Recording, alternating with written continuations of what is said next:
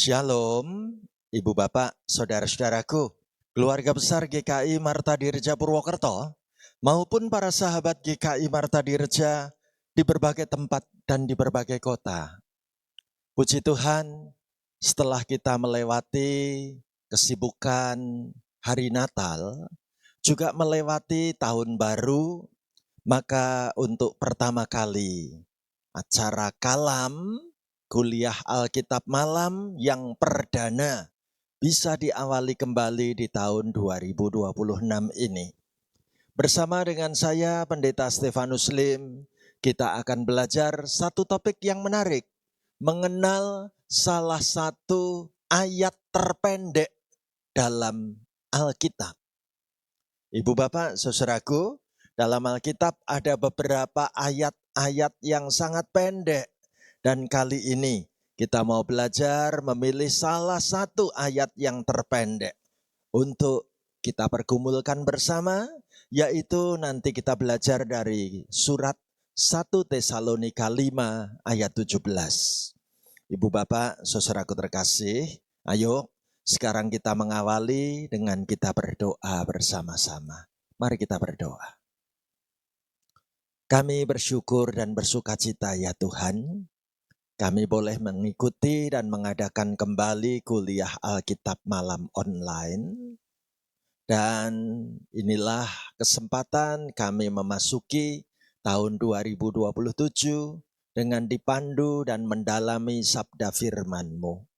Pakailah hamba-Mu melayankan acara Kalam ini dan berkatilah kami masing-masing di setiap tempat, di berbagai kota, di mana kami akan ikut secara online.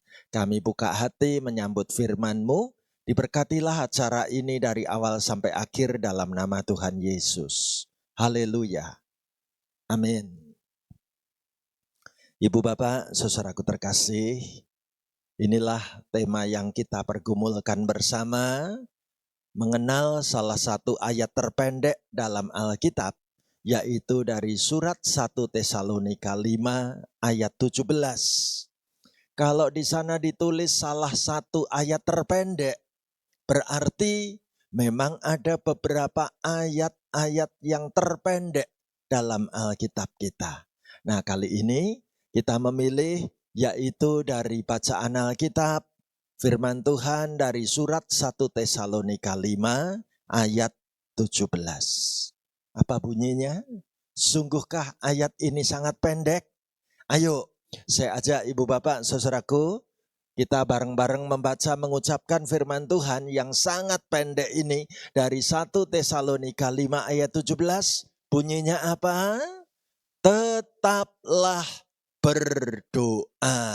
Ya, ibu bapak saudaraku terkasih, memasuki tahun 2026, firman Tuhan mau bicara kepada saudara dan saya, berapapun umur kita, supaya kita ini tetap berdoa. Nah, saya akan membagi dalam beberapa perenungan menurut kelompok umur. Ya, apa artinya tetaplah berdoa bila ini direnungkan oleh anak kecil? Ya, kita memasuki tahun 2026, kita boleh berkata selamat datang 2026, cerita baru, semangat baru bagi seorang anak kecil itu apa? Ibu bapak saudaraku, kita perlu belajar dari kehidupan anak-anak kita. Bagaimana ketekunan mereka berdoa. Ini salah satu gambar ketika seorang anak kecil pada waktu malam hari sebelum tidur, ia sungguh-sungguh menggunakan waktu untuk berdoa secara pribadi. Apa doanya? Keren. Bagaimana anak kecil ini juga berdoa untuk keluarganya. May the Lord bless and keep you in His love. Kiranya berkat Tuhan terus menaungi hidupmu dan memelihara hidupmu dengan kasih cintanya. Puji Tuhan. Biarlah Tuhan memberkati dan menjaga hidupmu dengan kasih cintanya. Itu doa anak kecil ini. Ibu bapak, saudaraku, tetaplah berdoa. Bagi seorang anak kecil berarti aku mau tetap terhubung tanpa putus. Ya, tetaplah berdoa itu bukan berarti kita harus berlutut 24 jam. Tetapi hidup kita selalu terhubung, terkoneksi dengan Tuhan. Dalam pikiran, dalam hati, bahkan dalam segala aktivitas kegiatan. Ya, menarik. Bila diibaratkan dengan penggunaan handphone, supaya tetap terhubung tanpa putus, pasti seorang anak pun akan panik bila mana tiba-tiba sinyal handphonenya hilang. Atau ketika tiba-tiba baterainya habis. Ya. Nah, jadi anak kecil ini mau mengatakan tetaplah berdoa, berarti kita butuh selalu tetap terhubung gitu ya dengan Tuhan. Kalau handphone yang kita gunakan buat perumpamaan, bagaimana caranya handphone itu tetap bisa terhubung untuk chatting, untuk update status, atau cuman scroll-scroll media sosial, pokoknya ngerti ada info apa. Bagi seorang anak yang selalu kepingin tahu, pasti handphone itu butuh tetap terhubung, jangan sampai terputus. Ibu bapak, saudaraku, sekarang kita bertanya, apa artinya firman Tuhan mengatakan tetaplah berdoa? Bila ini dikaitkan dengan generasi kaum muda. Ya, ketika anak-anak muda berkata welcome 2026. Ya, selamat datang tahun 2026. Apa artinya bagi orang muda supaya tetap berdoa? Orang muda punya banyak pergumulan. Dan salah seorang anak muda menulis status yang mantap sekali. Apa yang ditulis anak muda ini? Enggak boleh nyerah ya. Melalui masalahmu, kamu akan terpesona dengan pertolongan Tuhan yang enggak pernah terlambat menolongmu. Anak muda ini yakin dan percaya bagaimana hidupku melewati waktu demi waktu, tahun berganti tahun. Aku enggak boleh menyerah kalau aku ketemu masalah. Bahkan nanti ketika aku bisa menyelesaikan masalahku, aku akan terpesona, takjub, kagum. Karena Tuhan itu kalau menolong enggak pernah terlambat. Keren. Apa artinya? Firman Tuhan tetaplah berdoa bagi orang muda. Saya menemukan ada 4 hal. Ya, orang muda mau mengatakan kalau tetaplah berdoa. Berarti yang pertama, doa itu adalah komunikasi 2 arah. Maksudnya, aku bisa ngobrol dengan Tuhan lewat doa. Dan aku pun belajar mendengar, memahami apa yang Tuhan mau komunikasikan dalam masa mudaku. Yang kedua, tetaplah berdoa itu berarti aku bisa berdoa di tempat manapun. Ya, di mana saja aku bisa berdoa kok.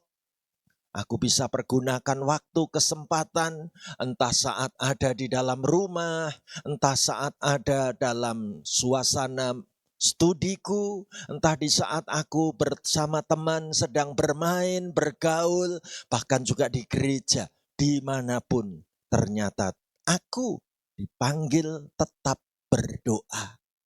Dan yang ketiga, anak-anak muda ini mengatakan kalau aku tetap berdoa, karena doa itu bikin hati dan hidupku lebih tenang. Puji Tuhan.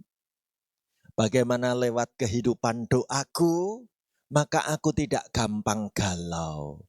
Aku tidak akan gampang down. Hidupku punya semangat, aku punya ketenangan. Puji Tuhan. Dan yang keempat, kalau firman Tuhan katakan tetaplah berdoa, berarti aku harus tetap terhubung. Karena Tuhanku itu selalu online. Ya, Tuhanku itu siap dengerin kapanpun waktunya.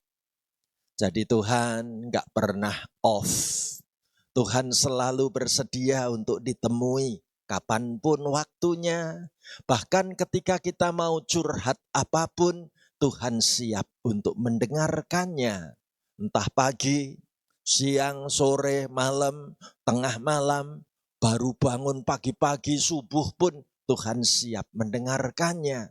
Jadi untuk orang-orang muda, katakan dalam hidupmu, aku harus tetap berdoa di tahun 2026 ini. Puji Tuhan. Sekarang kita bertanya, apa artinya tetaplah berdoa bila dikaitkan dengan kelompok kaum dewasa? Puji Tuhan, kita boleh memasuki tahun 2026 dan Tuhan mau mengajak saudara dan saya sebagai orang dewasa untuk tetap berdoa. Apa maksudnya? Saya jadi teringat apa yang ditulis oleh reformator gereja, yaitu Martin Luther. Sebagai orang dewasa, Martin Luther merumuskan doa. Doa itu seperti pembuat sepatu, menghasilkan sepatu, dan seperti penjahit membuat baju. Begitulah orang Kristen berdoa. Doa adalah bisnis harian, tugas pekerjaan sesehari orang-orang Kristen. Tiada pernah jemu dikerjakan sampai dapat menghasilkan. Kata-kata reformator gereja ini luar biasa. Doa itu harus aku lakukan. Tiada jemu, tetap terus berdoa, karena pasti nanti akan membawa perubahan, membawa hasil yang menakjubkan. Ibaratnya itu sebuah kerja. Maka pembuat sepatu bekerja bikin sepatu. Ya, penjahit bekerja membuat baju. Orang Kristen kerjanya apa? Kerjanya berdoa supaya menghasilkan karya-karya yang luar biasa. Jadi, apa artinya kalau firman Tuhan mengatakan tetaplah berdoa untuk kelompok kaum dewasa? Ibu bapak saudaraku, kaum dewasa memahami bahwa doa itu adalah nafas kehidupan beriman. Semakin imanku ini aku jalani dengan kehidupan doa yang sungguh-sungguh, maka nafas kehidupan imanku juga makin segar. Tapi sebaliknya, kalau aku jarang berdoa, maka kehidupan berimanku pun akan mulai layu, mulai kering, bahkan bisa saja mati di tengah jalan. Ya, menarik, kaum dewasa mengatakan doa itu bukan permintaan, tetapi ini bicara soal hubungan yang makin dekat dengan Tuhan. Jadi lewat doa, aku bukan hanya mau minta kepada Tuhan, tapi ini caraku membangun relasi dengan Tuhan, caraku membangun hubungan dekat dengan Tuhan, yaitu lewat doa. Menarik sekali kalau kaum dewasa berani mengatakan doa itu harus dilakukan di setiap suasana, supaya hidup kita tetap terhubung, tetap terkoneksi dengan Tuhan. Suasananya mau seneng, harus doa. Sedih juga doa. Suasana rutin biasa-biasa pun tetap perlu berdoa. Menarik sekali. Ketika kaum dewasa mengatakan doa itu akan menguatkan iman, akan mampu membuat kita makin peka terhadap suara Tuhan, Bahkan kita akan memahami apa maksud-maksud-Mu Tuhan. Sehingga kita sebagai kaum dewasa akan lebih siap menghadapi tantangan, bukan? Keren. Ibu bapak, saudaraku, firman Tuhan mengatakan tetaplah berdoa. Apa artinya tetaplah berdoa bagi kelompok usia lanjut, bagi warga lanjut usia, bagi ibu bapak yang sudah tambah tua? Menarik sekali. Saya punya gambar tentang sebuah cangkir atau mangkok yang ada gagangnya pecah. Saudaraku, banyak orang tua juga mengatakan, hidupku rasanya pas masa tua kok berantakan ya. Tapi para lansia Kristen mengatakan gak masalah loh kalau mangkok kehidupanku pernah hancur berantakan. Karena di tangan Tuhan, pecahan kepingan-kepingan mangkok cangkir ini masih bisa dipakai jadi cincin. Ya, pecahannya bisa dipakai menjadi liontin. Pecahannya bisa digunakan jadi anting dan berbagai macam perhiasan yang lain. Gak masalah. Karena bagi anak Tuhan memasuki masa tua, kalau aku tetap berdoa, apa yang aku khawatirkan lagi? Ibu bapak, saudaraku, para lansia ketika mengatakan tetaplah berdoa, berarti doa adalah kekuatanku di tengah kelemahan tubuhku yang makin ringkih, makin tambah umur, tidak sekuat dulu lagi.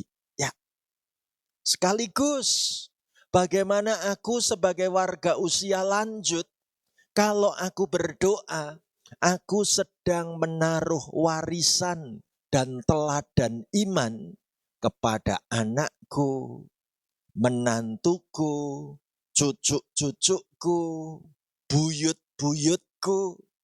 Mereka melihat betapa doa anak Tuhan tidak pernah mengecewakan. Puji Tuhan. Sekaligus bagi masa tua, doa adalah bentuk keintimanku dengan Tuhan. Bentuk kedekatanku. Aku sekarang punya banyak waktu, tidak lagi dikejar-kejar tugas, tidak lagi harus mikir ini dan itu. Aku mau menggunakan waktuku untuk makin intim, makin dekat denganmu Tuhan. Dan doa bagi warga usia lanjut yang keempat adalah menjadi penghiburan, menjadi kekuatan yang paling dalam. Tidak ada lagi hal-hal yang boleh menghancurkan hidupku. Karena aku menemukan penghiburan di saat aku berdoa. Ketika aku perlu kekuatan, aku menemukannya di dalam doa. Walaupun anak, menantu, cucu, buyut jauh di luar kota ataupun di luar negeri. Tapi doa itu sungguh memberi kepadaku berkat yang istimewa. Kalau begitu, dari ayat yang sangat singkat yang mengatakan tetaplah berdoa, apa kesimpulannya? Ibu bapak, saudaraku terkasih, kita sudah meneliti menurut ukuran generasi anak, generasi kaum muda, kaum dewasa, bahkan juga warga usia lanjut. Kalau hari ini kita diminta menarik kesimpulan tentang ayat yang bunyinya tetaplah berdoa. Berarti kita diajak memulai setiap hari dengan doa, ucapan syukur. Bahwa aku masih sehat, bahwa aku masih bisa beraktivitas, bahwa aku masih punya tenaga yang cukup. Mulailah harimu dengan ucapan syukur. Awali harimu dengan berdoa dan mengucap syukur. Yang kedua, tetaplah berdoa berarti Ini adalah kesempatan aku untuk berbicara dengan Tuhan. Berarti aku dipanggil untuk sungguh-sungguh membangun komunikasi, ngobrol, berbicara dengan Tuhan. Sekali lagi, kalau kita mau berbicara dengan Tuhan, topiknya bisa macam-macam ya. Tidak harus saat sedih saja. Tidak hanya isinya doa meminta tolong Tuhan. Tapi kita boleh ngobrol dengan Tuhan lewat doa. Kita bisa curhat. Tuhan, hari ini aku senang karena aku dikirimi tetangga masakan yang sangat aku sukai. Keren kan? Atau kita bisa berdoa, Tuhan, aku sangat gembira. Hari ini anakku yang jauh tinggal di luar negeri, tiba-tiba video call. Keren bukan? Atau ketika kita bicara kepada Tuhan juga boleh curhat. Tuhan, aku bingung. Kemana aku mesti melakukan tugasku? Silahkan berbicara dengan Tuhan lewat doa. Dan jangan lupa hal yang ketiga, tetaplah berdoa berarti aku dipanggil nanti menutup tiap hari dengan refleksi dan doa. Apakah doa yang pagi tadi aku naikkan telah aku jalani seharian, bagaimana kenyataannya? Aku bisa menutup doa malam itu dengan cerita pada Tuhan, terima kasih. Apa yang aku khawatirkan ternyata sudah dapat jawaban darimu Tuhan. Apa yang ingin aku ceritakan pada Tuhan, ternyata Tuhan sudah buka jalan lebih dulu. Menarik, ketika kita tetap berdoa. Dan yang terakhir, tahukah kita, doa itu adalah kekuatan terbesar kita? Puji Tuhan, kalau kita mengimani hal ini. Saudaraku, jujur kita mengevaluasi ya, selama ini ada kesalahpahaman soal doa. Salah paham pertama, seolah-olah doa itu adalah cara meminta kepada Tuhan.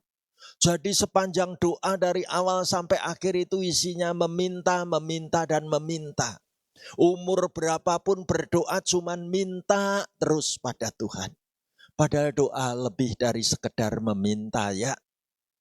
Yang kedua, ada salah paham tentang doa seolah-olah dengan berdoa berarti aku menggunakan mantra supaya permohonanku jadi terkabul. Kalau aku minta dalam nama Tuhan Yesus berarti semuanya pasti dijawab. Apakah doa itu seperti mantra simsalabim langsung seketika dijawab? Jangan keliru saudaraku. Hal yang ketiga, salah paham soal doa. Doa seringkali dianggap kayak ban serep.